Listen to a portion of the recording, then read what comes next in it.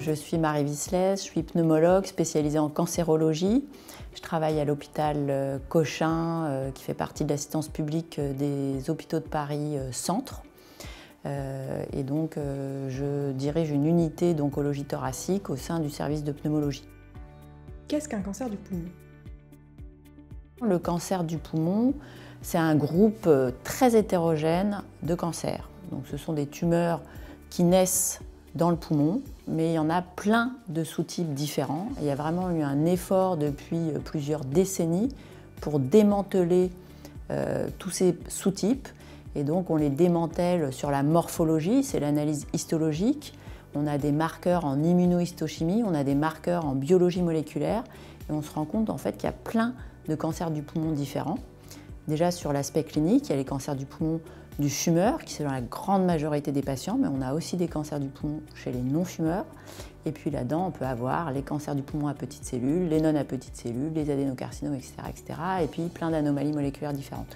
Donc c'est vraiment une entité très hétérogène et je crois que c'est difficile. Ça ne veut plus rien dire maintenant que quelqu'un a un cancer du poumon, il faut préciser.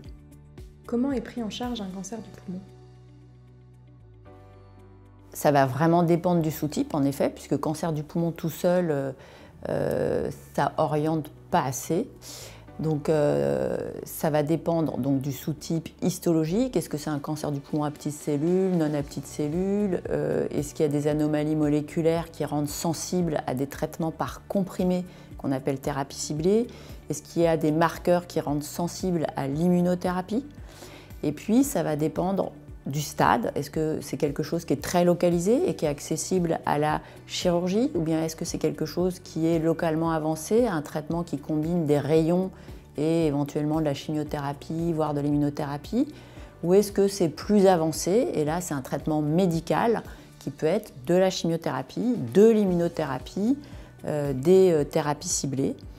Et puis, il y a plein d'outils en plus, comme la radiologie interventionnelle. Donc, on a vraiment un panel très large de possibilités thérapeutiques, très riche. Et ça va aussi dépendre de l'état général du patient, de son âge, de ses fragilités, on dit les comorbidités. Les patients fumeurs ont souvent des pathologies cardiaques, ils peuvent avoir de la bronchite chronique obstructive. Donc, il va falloir prendre en charge le patient dans sa globalité pour choisir le meilleur traitement qui lui correspond. Peut-on considérer l'immunothérapie comme un traitement de référence? Oui, l'immunothérapie, c'est une révolution. On est en 2021. Depuis 2015, on a les essais thérapeutiques et maintenant, sur ces essais, on a des chiffres à 5 ans. Donc oui, c'est une révolution. Actuellement, ce sont des médicaments en perfusion qui peuvent s'administrer tous les 2 ou tous les 3 semaines, qui peuvent être donnés seuls ou en association à la chimiothérapie ou avec des nouvelles combinaisons lors d'essais thérapeutiques.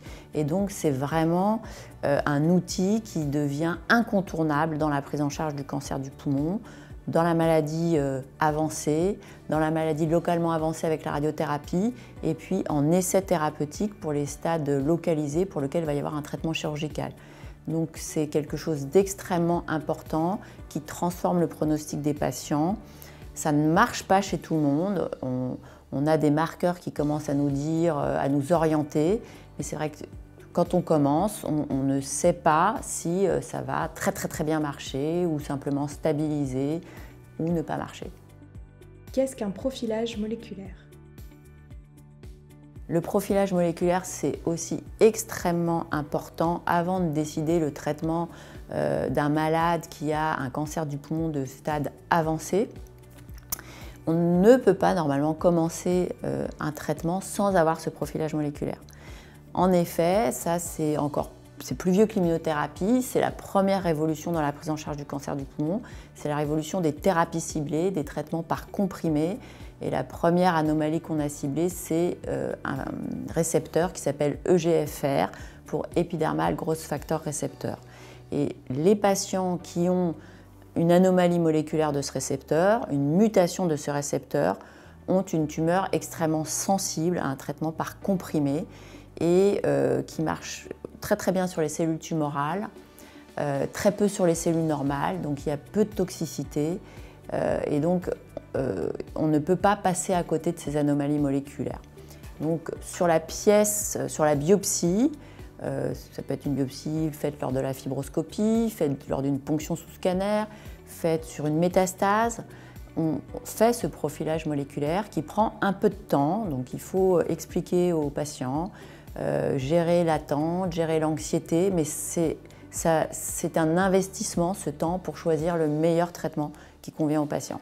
Et donc le service d'anapath où la biopsie arrive doit envoyer le prélèvement à une plateforme de biologie moléculaire qui va faire ce profilage. Donc il y a un circuit qui doit être fluide, qui peut sembler compliqué, mais qui doit être fluide pour que ça se fasse au mieux, au plus vite, pour que le médecin référent ait tous ses résultats avant de choisir le meilleur traitement pour le patient. Quels peuvent être les signes prédictifs d'un cancer du poumon? C'est le problème du cancer du poumon, il y a peu de signes spécifiques, notamment chez le fumeur. Les gens qui fument ont tendance à banaliser la toux, un peu de crachat le matin, un peu d'essoufflement. On met ça souvent sur le compte du tabac. Et quelquefois, il y a certes une symptomatologie de bronchite chronique, mais voilà, cette bronchite chronique peut quand même se modifier, s'aggraver. En tout cas, au moindre changement, il faut investiguer. La radiographie thoracique, c'est bien, mais ce n'est pas assez sensible. Et donc, il faut proposer un scanner thoracique qui permet de diagnostiquer le plus précocement possible un cancer du poumon. Il y a des signes plus spécifiques comme l'hémoptysie. L'hémoptysie, c'est le fait de cracher du sang. Ça, c'est pas normal. Quand on crache du sang, il faut faire un scanner. Ok, c'est pas forcément un cancer du poumon, ça peut être un saignement de nez, ça peut être un saignement de l'estomac, mais ça peut pas être la bronchite chronique. Donc, il y a des petits signes comme ça qui peuvent être assez prédictifs ou assez sensibles. Mais la toux, la fatigue, l'essoufflement, le Covid, enfin voilà, on va trouver des tas d'explications qui font qu'on prend du retard au diagnostic. Et c'est pour ça que les patients avec cancer du poumon arrivent souvent à un stade tardif au moment du diagnostic. Quelles sont vos recommandations en matière de prévention et de dépistage? Très important. Donc, comme on vient de le dire, finalement, il y a peu de signes prédictifs ou de symptômes évocateurs de cancer du poumon. Donc la meilleure chose, c'est le dépistage. C'est en effet, pour le moment, c'est ce qui a démontré son utilité. C'est chez une population de fumeurs qui fument depuis un certain temps, qui a un certain âge, faire un dépistage systématique. Alors ce n'est pas un scanner comme un scanner diagnostique, c'est ce qu'on dit du low dose, il y a moins d'irradiation. Et puis, on va vouloir détecter des nodules et on va calculer ces nodules en fonction de leur taille, de leur volume, etc. Donc, c'est toute une technologie particulière pour ce dépistage. Mais ce dépistage a démontré une efficacité en termes de survie, c'est-à-dire que les gens chez qui on fait ce scanner de dépistage vont avoir une survie sans cancer meilleure, c'est-à-dire que ce dépistage permet de diagnostiquer des cancers et de les guérir. Il n'est pas encore autorisé en France. Le décret de stratégie décennale qui a été publié en février 2021 insiste sur le dépistage des cancers et insiste sur la prévention. Et pour le cancer du poumon, veut démontrer cette faisabilité, c'est-à-dire qu'on veut démontrer que ce dépistage par scanner qui a été fait dans des études internationales publiées par des experts, on veut démontrer qu'en vraie vie, en routine, on retrouve les mêmes chiffres de vrais positifs de nodules dépistés que dans les études pour pouvoir le proposer à la population générale. Donc il y a des études de faisabilité qui sont en cours et qui vont permettre de vérifier que ce qui est montré dans les études est reproductible et j'espère que ça permettra au dépistage d'être instauré largement en France pour le cancer du poumon. La prévention, c'est la politique du tabac et éviter le tabagisme et proposer aussi un sevrage du tabac Donc ça, il faut certainement qu'on soit... c'est pas suffisant. Et donc il faut qu'on soit plus efficace et plus proactif tous, à tous les niveaux, pour que on évite, on prévienne le tabagisme ou on propose un sevrage du tabac.